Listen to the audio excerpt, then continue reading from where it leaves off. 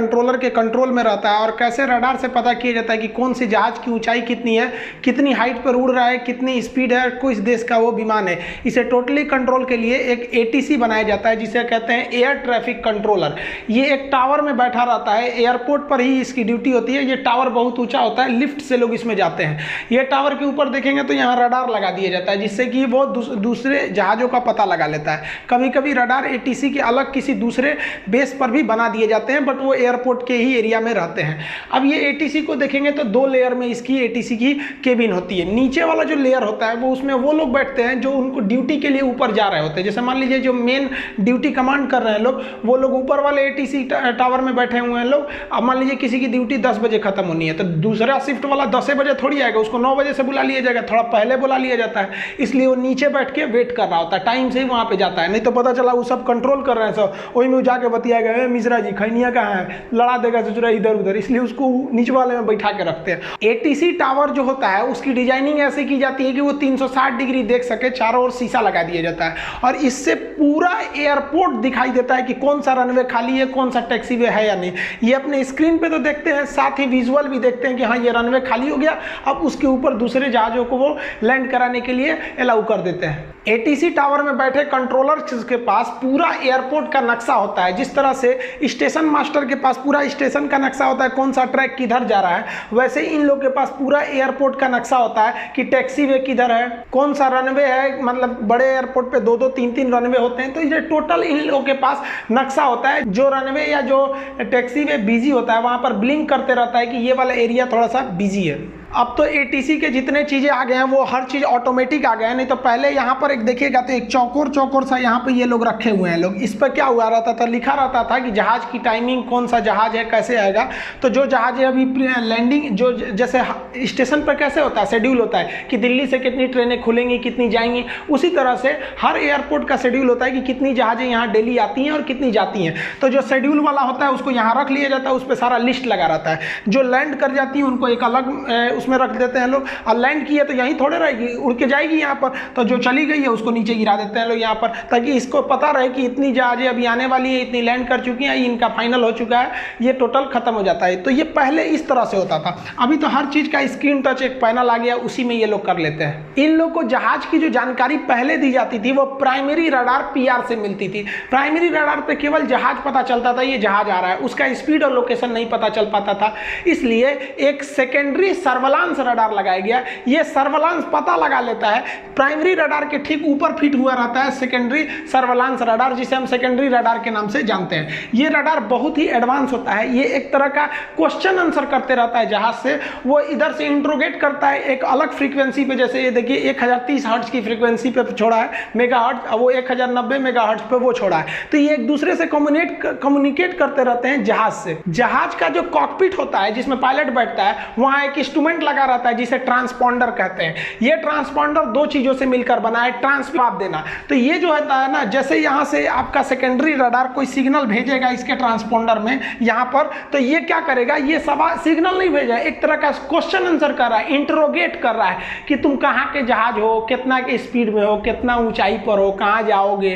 तो इस ससुरा क्या होता है, ये जो मशीन होता है इसमें फिट होता है कि कितनी ऊंचाई पे जहाज उड़ रहा है। ये तो कॉकपिट में ही बैठा रहता है, ये वाली मशीन तो कॉकपिट में ही रहती है। तो कॉकपिट में तो हर चीज का रिकॉर्ड रहता है, कितनी हाइट पर है, कितने स्पीड में जा रहा है, इस जहाज का कोड क्या है, कौन से साइज का जहाज है। मान लीजिए सेस्ना जहाज रहेगा तो छोटा सा होता है, 20 आदमी के बैठने वाला, तो उसको कोनो रनवे पे उतार दीजिए, बड़ छोट से मतलब नहीं है। हैवी जंबो जेट रहेगा तो जहाज की हर एक इंफॉर्मेशन इस ट्रांसपोर्टर में रहती है। जैसे सेकेंडरी रडार उसको कहता है कौन हो, तो तुरंत उसको भेज देता है। तो इसके लिए एक फायदा ये रहता है कि पूछने की जरूरत नहीं पड़ती है, रडार स्क्रीन पे जो दिखता है वहीं पे सारा इंफॉर्मेशन मिल जाता है। एटीसी टावर में बैठे कंट्रोलर्स के पास आगे एक रडार होता है। उस रडार पे आप देखेंगे तो जो अभी तो मॉडर्न जमाना आ गया तो सेकेंडरी रडार है। इस रडार में 2-3 खासियत। यहाँ पर जो सर्किल दिखेगा इस तरह से, ये सर्किल बताता है कि कितनी दूरी पर है वो जहाज।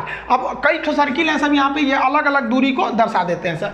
इसमें देखेंगे तो जहाज जो होता है यहाँ पे कुछ कोड दिख रहा है, जहाज तो दिख ही रहा है, वहाँ कुछ लिखा हुआ है। ये क्या करता है, सेकेंडरी जो उसके अंदर का ट्रांसपोंडर बता देगा कि ऊंचाई कितनी है, हाइट कितना है, कितने बड़ा जहाज है, जहाज की कैटेगरी बता देता है, ताकि इस एटीसी को आराम से सहूलियत पता चल जाती है और उसको लग जाता है कि दो जहाजें आपस में लड़ने वाली तो नहीं है। जैसे यहाँ देखेंगे दो जहाजें एक पास है, लेकिन एक की हाइट 16,000 फीट है, एक की हाइट 22,000 फीट है, तो टेंशन फ्री है, एक के पास रहो, क्या दिक्कत है, एक हाइट पे एक नहीं है। पहले क्या था, दिल्ली एयरपोर्ट पे प्राइमरी रडार नहीं थे, तो कजाकिस्तान एयरलाइंस जो थी वो दुबई से आ रही, अरब से आ रही फ्लाइट के सीधे लड़ गए थे सब, दोनों एक ही साथ लड़ गए थे सब। रीजन क्या था कि जो कजाकिस्तान एयरलाइन की जहाज थी उस ससुरा का ट्रांसपोंडरवा खराब था, उसको बताइए नहीं पा रहा था कि उसकी हाइट कितनी है उसकी एल्टीट्यूड से। तो ये दिल्ली एयरपोर्ट वाला उसको बोला कि भाई तुम 15,000 पे रहो, सऊदी वाले को कहा कि तुम रहो भाई ऊपर 20,000 पे, लेकिन उस वाला का खराब था, ये चल गया, दोनों आ गए से 20 पे। सऊदी वाला तो ठीक से था जो उधर से था, कजाकिस्तान वाला थोड़ा सा गड़बड़ किया, दोनों आके आपस में लड़ गए थे। लेकिन अगर उस वक्त दिल्ली में सेकेंडरी रडार रहता तो उसका खराब था तो क्या दिक्कत है, इधर तो पता चल सकते थे, हालांकि ट्रांसपोंडर खराब था तो इसको भी गलत जानकारी मिल सकता था। तो ये सेकेंडरी रडार बहुत मदद करता है। सेकेंडरी रडार में आप देखेंगे कई इंफॉर्मेशन लिखे रहते हैं, इसमें एयरक्राफ्ट की आईडी रहती है कि कौन से देश का जहाज है, उसमें एल्टीट्यूड लिखा रहता है, डेस्टिनेशन कहां जाना है उसको ये कोई जरूरी नहीं है, लेकिन स्पीड और एयरक्राफ्ट का टाइप यहां लिखा रहता है। तो ये यहां पर आपको एक जहाज दिख रही है, ये वाला एरिया ऐसे, अब ये जहाज का यहां सारा इंफॉर्मेशन दे दिया, यहां पर एक जहाज दिख रही है, यहां इसका सारा इंफॉर्मेशन दे दिया। तो सेकेंडरी रडार जो होता है वो स्क्रीन पर हमको हर एक जानकारी दे देता है। ये सेकेंडरी रडार को जानकारी ट्रांसपोंडर की मदद से मिल गई रहती है। इस तरह से एटीसी टावर में बैठे कंट्रोलर की स्क्रीन पर ढेर सारे जहाजें दिखती हैं, लेकिन उससे वो कंफ्यूज नहीं होता है। जबकि रेलवे में स्टेशन मास्टर को देखिए ना, उसको केवल बत्ती दिखाई देती है और कंट्रोल पे पूछता है कौन जहाज है, मतलब कौन सी ट्रेन निकल रही है, उसको बत्तियां पे थोड़े लिखला रहता है कि राजधानी निकली कि शताब्दी निकली। लेकिन यहाँ पर देखिए इसको तो एकदम अच्छा से बत्ती भी दिख रहा है कि कौन सी जहाज आ रही है और वहां पे सब चीज उसके बारे में लिखा है। ये लोग भी हैबिचुएटेड हो जाते हैं कि कितनी जहाजें आएंगी कितनी नहीं आएंगी, आपको ही पता है जहाजों का शेड्यूल होता है। ये ट्रांसपोंडर जो होता है ये बेसिकली 3 टाइप के होते हैं जिन्हें मॉड कहते हैं। मॉड अल्फा ये उतना अच्छा नहीं होता है, केवल एल्टीट्यूड वगैरह बता पाता है, उससे ज्यादा कुछ नहीं। उससे थोड़ा अच्छा होते हैं चार्ली एस सी, और सबसे एडवांस अभी जो हो रहा है सिरिल मोड का आ रहा है। ये जो होता है एस टाइप का जो ट्रांसपोंडर होता है ये हर एक इंफॉर्मेशन दे देता है। अभी जितने बड़े जहाज हैं उसमें मॉड एस टाइप का ही ट्रांसपोंडर लगाना पड़ेगा। ट्रांसपोंडर में क्या होता है, एक स्क्वैग कोड भरना होता है। हर जहाज का अपना एक आइडेंटिफिकेशन एक कोड होता है, जैसे आपके गाड़ियों का नंबर होता है वही इस ट्रांसपोंडर में भर दिया जाता है। यहाँ नंबर होता है चेंज करने का, जैसे इसने लिखा है यहाँ पे जो भी नंबर यहाँ पे देख रहे हैं ये नंबर लिख देगा, कोड भरेगा।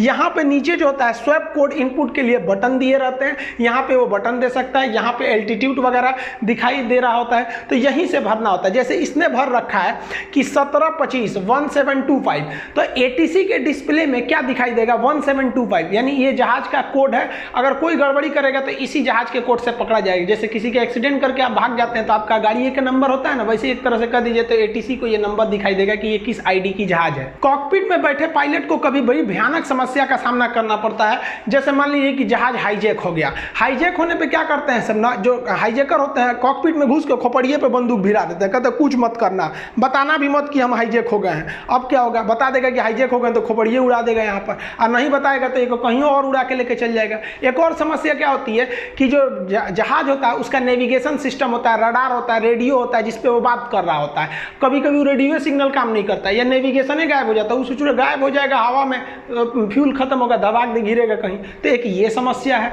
और दूसरी कभी कभी एयरपोर्ट में मिलिट्री वाले जहाज घूमने लगते हैं सब, मिलिट्री का जहाज का कोई एरिया नहीं होता, वो कहीं भी जा सकते हैं। सवारी वाले का तो फिक्स होता है ना कि भाई यहाँ से वहाँ जाएगा, मिलिट्री वाला कहीं भी चले जाते हैं सर। एक और चीज क्या होता है कि जब जहाज लैंड करने वाला होता है तो अब इसको कोई जरूरत नहीं है कि एटीसी से बात करे, इसको तो एयरपोर्ट देख ही रहा है। अब ये आईएलएस से ही जा सकता है, लोकलाइजर और ग्लाइड स्लोप की मदद से। पिछले वीडियो में हम आईएलएस समझा दिए थे। अब एकदम आप जहाज उतर गए तो एटीसी को एक ही काम है कि आपको एकदम दुआरी तक पहुंचाएगा। तो जब नीचे आ रहा होता है तो इसका नंबर अलग चेंज करना होता है। तो इस सारी समस्याओं का निदान कर सकता है ट्रांसपोंडर का स्वैप कोड। ट्रांसपोंडर का जो नंबर होता है वो क्या होता है, वो तो आपका स्पेसिफिकेशन नंबर है, लेकिन इसमें कुछ जो स्पेसिफिकेशन नंबर आपके जहाज को दिया जाता है उसे स्वैप कोड कहा जाता है। स्वैप कोड जो होता है कभी कभी इमरजेंसी में इसे चेंज करना होता है। कब चेंज किया जाता है इमरजेंसी में, तो यहाँ बटन होता है, घुमा के चेंज कर सकते हैं। मान लीजिए कि आपका जहाज जो है ना, वो आपका जहाज हाईजैक हो गया है, कोई उसको किडनैप कर लिया है, खोपड़िए पे बोला है कि कुछ मत करना, उधर एटीसी कर रहा है, क्या हो गई लो, तो आप कहेंगे क्या खोपड़िया पे बंदूक भिड़ाया है, हाईजैक हो गए, मार देगा, एक गोली चल जाएंगे। तो तो उसमें इतना बटन होता है कॉकपिट में, समझे में नहीं आएगा हाईजैक वाले को।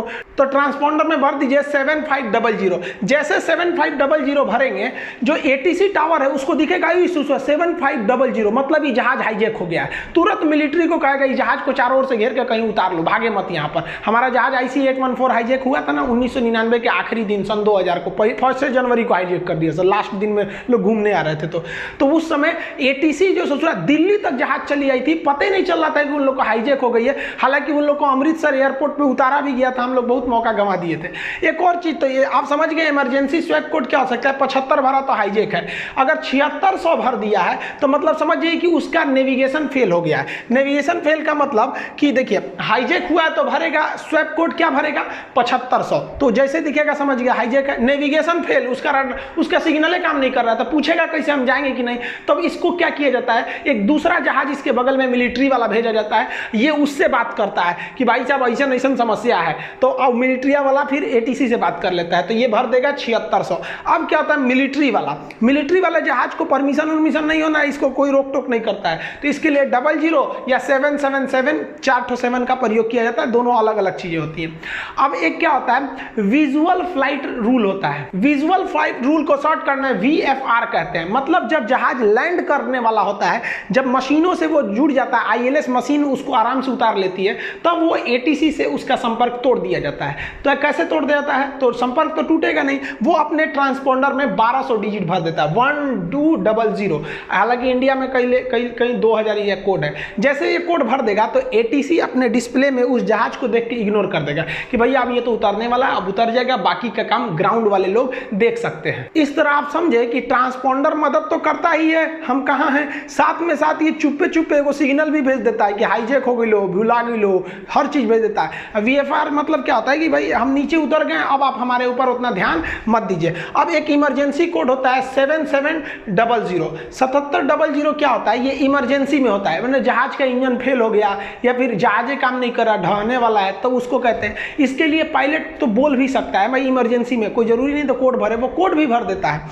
और बोल भी देता है पैन पैन पैन, मतलब अगर उसका एक इंजन फेल हुआ है तो पैन पैन पैन बोलेगा, और दोनों फेल हो गया तो मेडे मेडे मेडे, मतलब अब हम एकदम कंट्रोल के बाहर है। तो जैसे ये ATC को स्क्रीन पे 7700 दिख गया या फिर मेडे मेडे या पैन पैन सुनाई दिया, सारा एयरपोर्ट को क्लियर कर देगा, कहेगा भाई जहां मन उतर जाओ, कोई दिक्कत नहीं, जहां मन उतर जाओ, सब खाली है तुम्हारे लिए। अब इस बार जो कोझिकोड में दुर्घटना हुई, अब वहां ना पैन पैन बोला गया ना मेडे मेडे बोला गया। ब्लैक बॉक्स में पूरी रिपोर्ट आएगी कि बोला गया था या नहीं बोला गया था। अभी तक तो नहीं पता चल पाया है कि कोझिकोड में क्यों हुआ था, क्योंकि दो बार गो अराउंड होने का मतलब कुछ ना कुछ तो प्रॉब्लम है। आई होप आप समझ गए कि ATC किस तरह स्वैप कोड को देख के बता सकता है कि कौन सी जहाज है, इमरजेंसी है या हाईजैक हो गया है, या VFR मतलब ये अब उतरने वाला है, या फिर इसकी नेविगेशन फेल हो गई है। आई होप आप इसे समझ गए होंगे। मिलेंगे